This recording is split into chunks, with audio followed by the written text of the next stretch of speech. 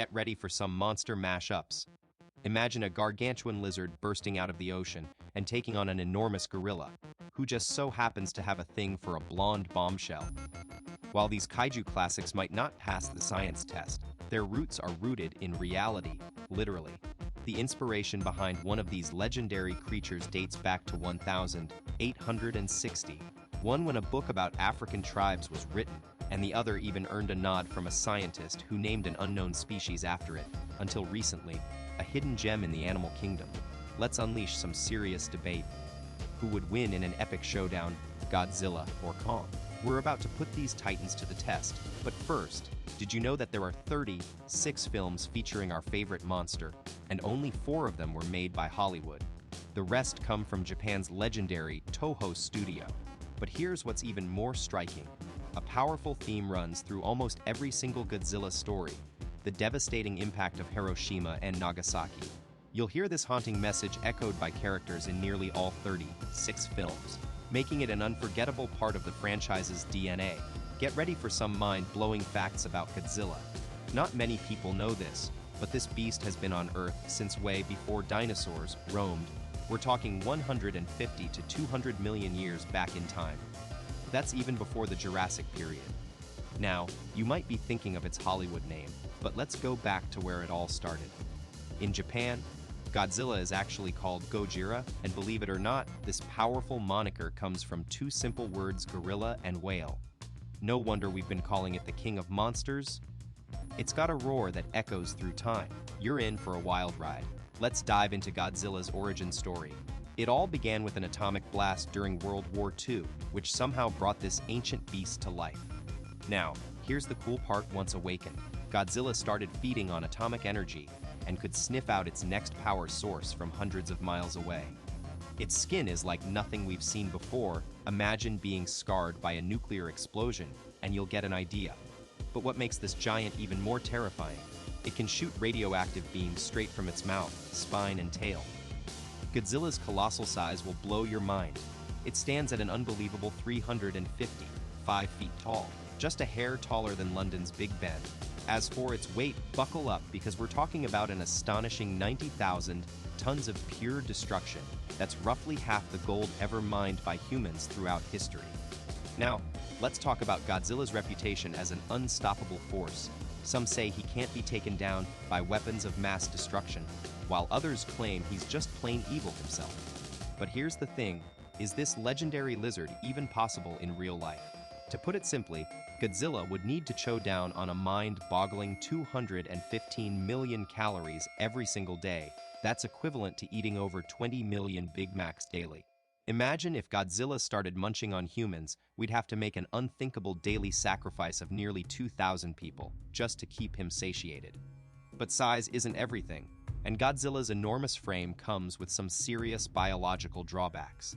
At an astonishing 108 meters tall, his massive heart would struggle to pump enough blood to reach all his cells due to gravity's crushing force. And let's not forget the toll of Earth's gravity on his bonesy. They'd be under so much strain, it'd be like trying to stand on a bouncy castle that's constantly trying to push you down. Even if we imagined Godzilla's skeleton was as tough as virtually indestructible adamantium, the poor guy would still be dealing with some serious spinal stress. The Earth's gravity would put an unimaginable strain on his back. It'd be like carrying the weight of multiple skyscrapers on your shoulders. Now, things might look up for him when he's cruising through the ocean. The water would help take some of that pressure off, and it's actually one reason why whales can grow to such enormous sizes. But as soon as Godzilla steps onto dry land, disaster strikes. Every time he puts his massive foot down, he'd be unleashing a crushing force equivalent to thousands of tons on the ground below. Talk about putting a dent in the pavement. But here's the kicker, under this kind of crushing weight, Godzilla's bones might just shatter like fragile glass. And let's think about how his body would react to that pain. It'd travel up his nervous system at a snail's pace of about 24 inches per second. Yep, you read that right, almost as slow as your internet connection on a bad day.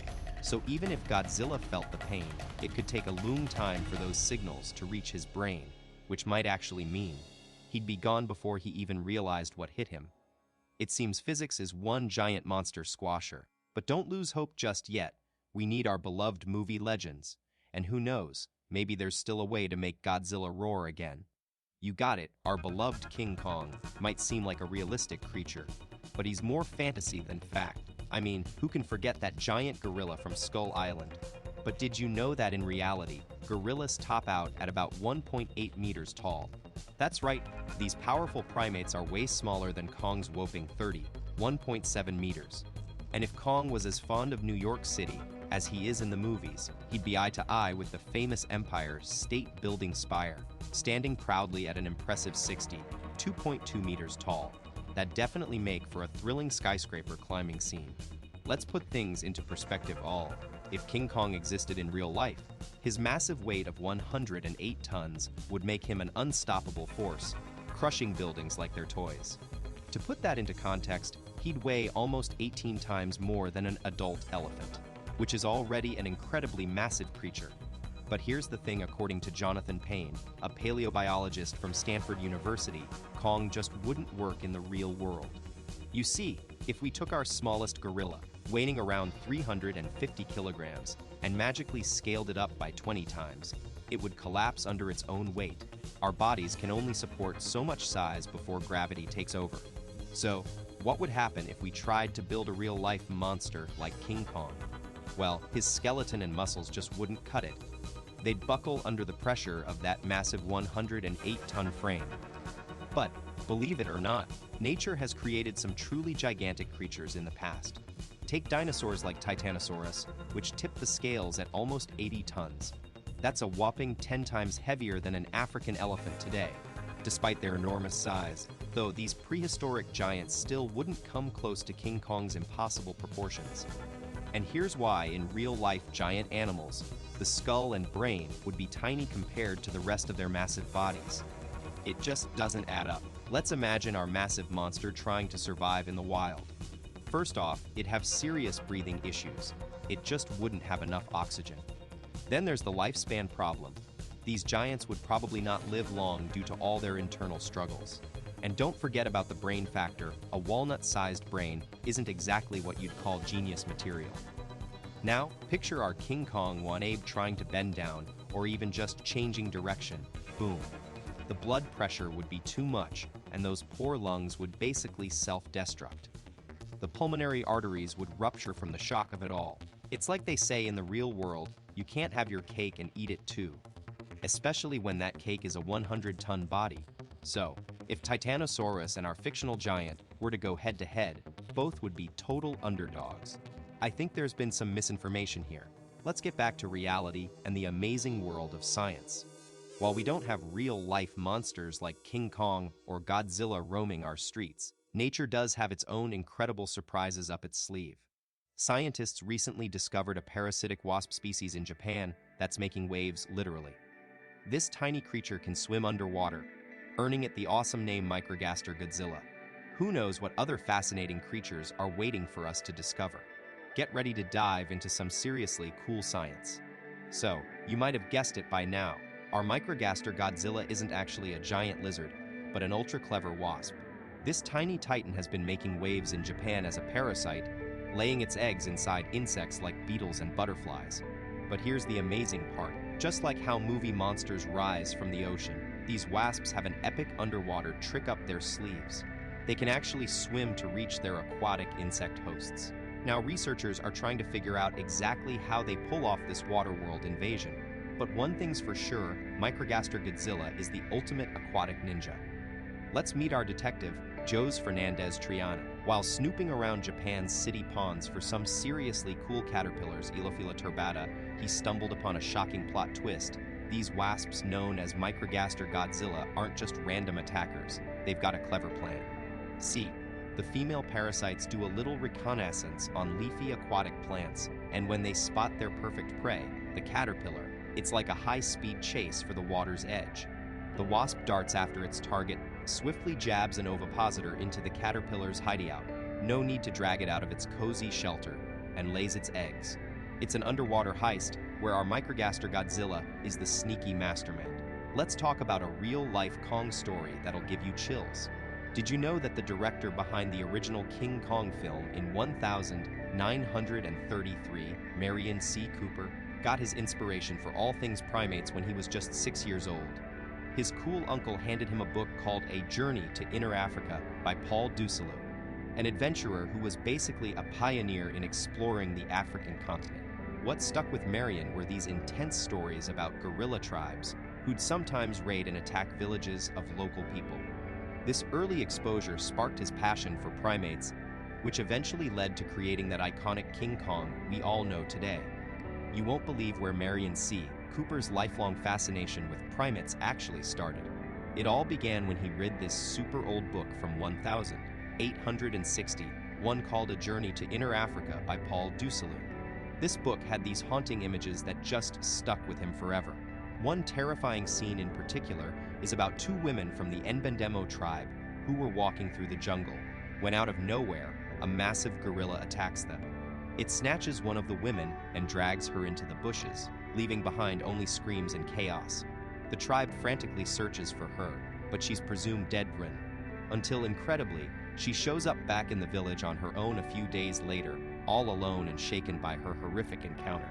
This intense story etched itself into Marion's mind, setting him on a path to create the legend of King Kong.